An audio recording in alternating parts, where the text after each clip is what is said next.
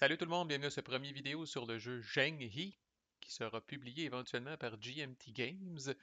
Dans cette vidéo, nous allons introduire le jeu proprement et faire le tour des composantes.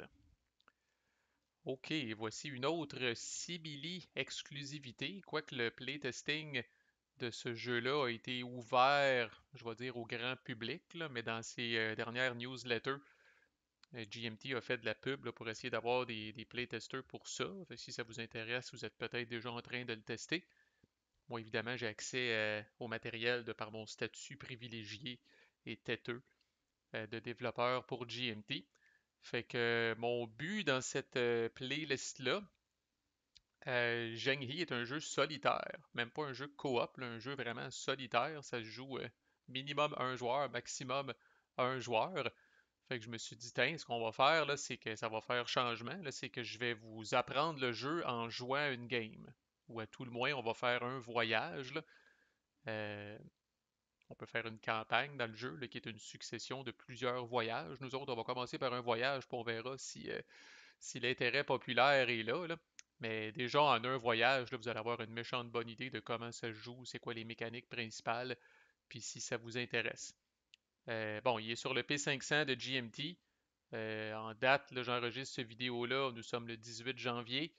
Il y a 620 précommandes pour le jeu, donc il est passé là, sur le P500, là, ce qu'on appelle le made de cote, c'est-à-dire il a fait la cote, justement, puis là, il est comme en train d'être... le art, évidemment, n'est pas final. Tout ce que vous voyez là, c'est des composantes de playtesting qui sont quand même, je dois dire, assez bien foutues. Là. J'aurais pas fait mieux que ça. Ce serait pas mal plus lettre si c'était moi qui m'en étais occupé. Mais bref, imaginez, là, un artiste va tomber là-dedans à un moment donné. Là. Les cartes particulièrement ont besoin d'amour graphique un peu. Là. Ça va venir. Fait que fiez-vous pas nécessairement à ce qu'il y a là. C'est très fonctionnel pour les besoins du playtest. Fait que le jeu est dans cette phase-là où est-ce que justement il y a du monde qui playtest, qui donne du feedback. Bon, étant donné que c'est un jeu solo, là, c'est important que le jeu soit tight, assez tough, mais pas trop, tu sais, bon, fait que on est là-dedans. Là. Puis la next step, c'est qu'un artiste embarque dessus, puis après ça, il va s'en aller au printer.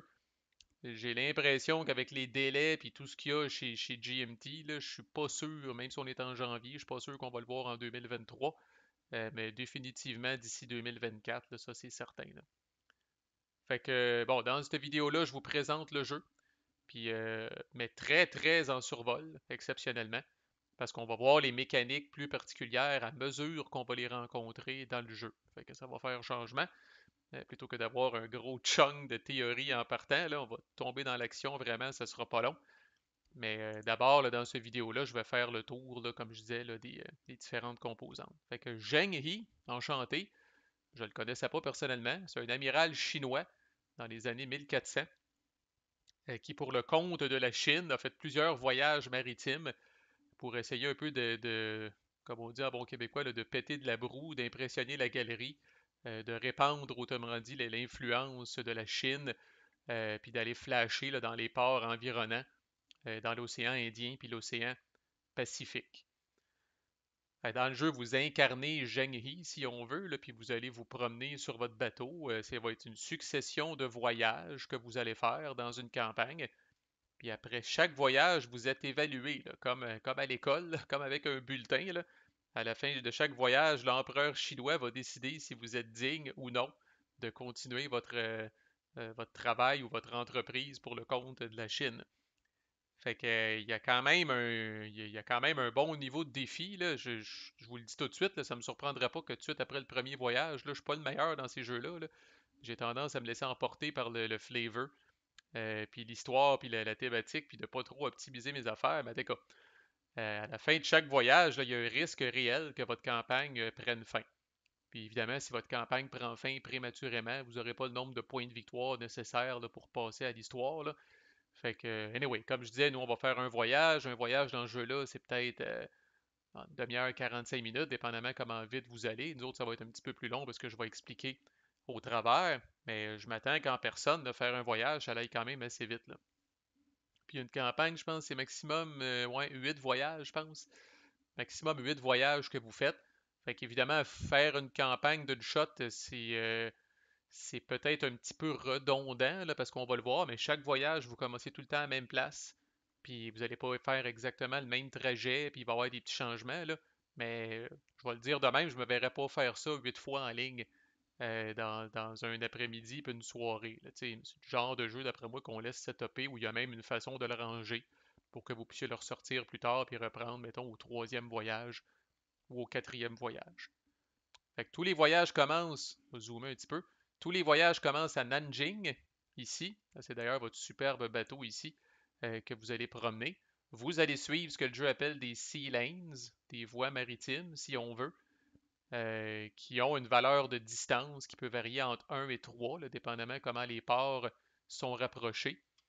Ces ronds-là ici, ce sont des ports. Chaque port est relié à ce que le jeu appelle sa port box, sa boîte de port, qui porte le même nom. Là. Fait que Champa ici se retrouve là. Dans une boîte de port, vous voyez la force du port, c'est nécessaire pour certaines actions.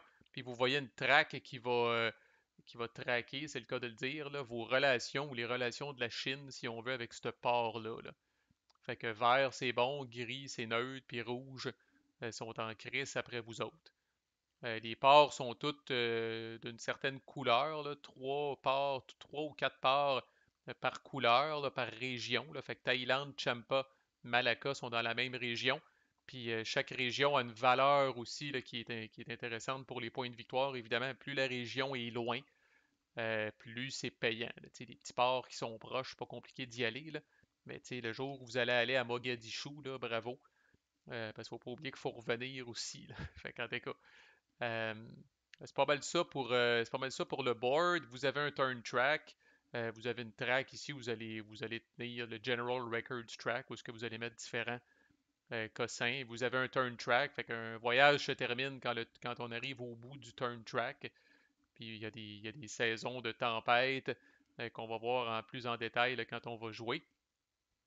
Vous pouvez avoir un ou plusieurs officiers. Au début, vous avez juste Zheng He lui-même, qui est un officier qui va vous aider là, une fois par voyage. Évidemment, quand on en a plusieurs, on commence à avoir un petit peu plus d'options. C'est un jeu à la base, ceux qui se demandaient la mécanique principale, je dirais, c'est le deck building. Fait que vous allez avoir un deck de fleet, de flotte, composé de 20 cartes au début. Puis en typique deck building, là, à mesure que la campagne va progresser, vous allez remplacer certaines de vos cartes, upgrader certaines de vos cartes qui vont devenir plus fortes, puis vous débarrasser peut-être de ce qu'on appelle le bois mort, là, les cartes qui ne valent pas de la crotte, mais que vous aviez dans votre deck de départ. Fait que vous faites évoluer votre deck comme ça au fur et à mesure que vous avancez. Puis c'est la mécanique principale. Fait que dans un tour typique, si on les regarde, ces cartes-là, parce qu'elles sont quand même assez centrales à l'histoire, là, au début de la game, on va le voir dans une prochaine vidéo, là, on part avec 7 cartes en main, si on veut. Là. Puis chaque carte, bon, on va avoir certaines actions de lister dessus avec un chiffre. Là. Puis ces actions-là correspondent à tous les types d'actions que vous pouvez faire dans un tour. Fait que là, avec votre main de carte, c'est à vous autres de décider, bon, ben là, est-ce que c'est le temps de naviguer puis d'aller à un prochain port? Est-ce que je serais mieux de me réparer? Est-ce que je peux négocier dans ce port-là? Est-ce que je veux me battre? Vous allez décider en fonction des cartes que vous avez en main, puis de d'autres facteurs là, qu'on va parler là, quand on va faire notre playthrough.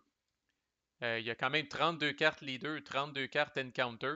C'est un jeu qui raconte vraiment une histoire. Là. Le thème est fort là, dans le jeu. Là. Ceux qui aiment les jeux qu'on appelle narratifs, là, où est-ce que, tu sais, je suis arrivé à Champa, puis il m'est arrivé telle affaire, puis il y avait tel leader qui m'a aidé. Vous pouvez vous raconter ce genre d'histoire-là parce qu'il y a une grande variété. À chaque fois que vous allez arriver dans un port, vous allez tirer un encounter, puis vous allez tirer un leader. Puis ça va raconter progressivement l'histoire de votre voyage à mesure que vous vous promenez. Je ne spoilerai pas ça tout de suite. Aux prochaines vidéos, on va en voir en masse. Vous allez aussi, chaque voyage, avoir un but. Vous allez tirer un but aléatoire. Au début, il y en a juste trois, mais on en rajoute là, au fur et à mesure qu'on avance dans la campagne, là, des plus tough puis des plus loin. Là. Fait que vous allez tirer un de ces buts-là, puis ça c'est intéressant parce que ça vous donne un peu un objectif pour votre voyage, plutôt que de errer sur les mers en sachant pas trop quoi faire. Là. Généralement, comme il conseille dans le rulebook, là, vous allez aller vers votre objectif puis explorer des ports au travers. Là. Fait que, il y a moyen de bâtir des bases, on va tout voir ça. Il y a des nouveaux officiers qu'on peut aller chercher entre les voyages avec nos points d'expérience, si on veut, des goals additionnels qui vont se rajouter au fil du temps, puis des cartes plus fortes qui ont un certain coût encore là, entre guillemets, d'expérience, là, que vous allez pouvoir rajouter dans votre deck au fur et à mesure que la campagne avance. Puis le jeu va venir, là, encore là, le format est déterminé, là, mais présentement, vous avez un genre de log sheet de campagne pour chaque voyage, de dire, OK, où est-ce que je suis allé, quel port j'ai visité, puis qu'est-ce qui s'est passé, là, pour aider justement à faire le total là, des points de victoire que vous avez ramassés. Fait que le jeu vient avec deux types ça, c'est peut-être le bout le plus tough à catcher au début, là. Euh, Dans le jeu, vous allez accumuler des points de victoire puis des points de ministre, des minister points puis des victory points.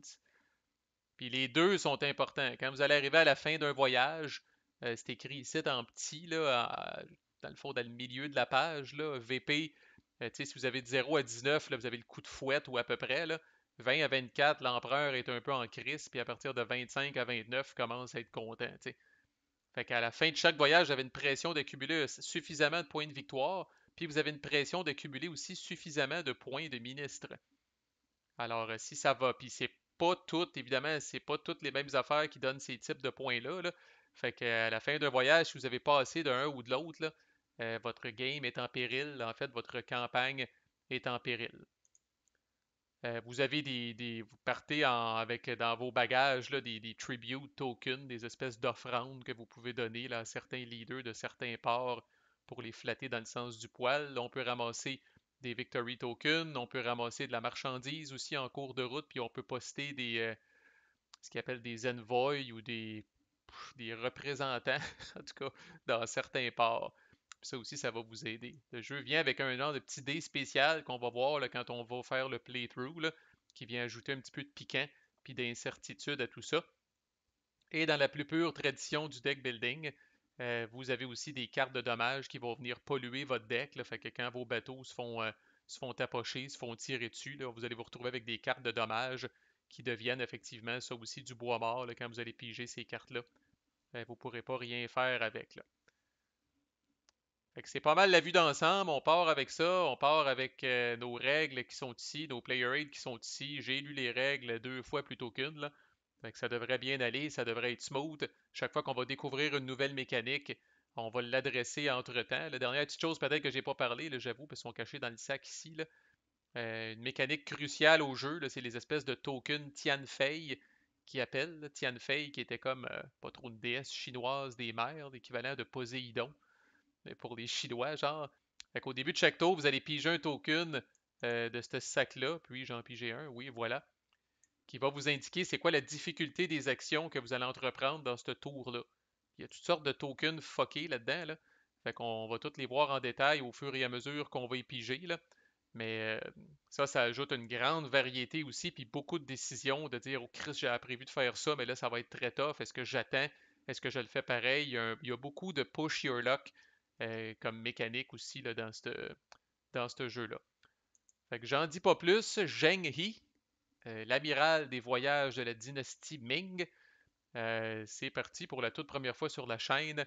Un playthrough tant qu'il y aura de l'intérêt et tant que je vais survivre. Fait que voilà, manquez pas le prochain vidéo dans cette playlist. À plus.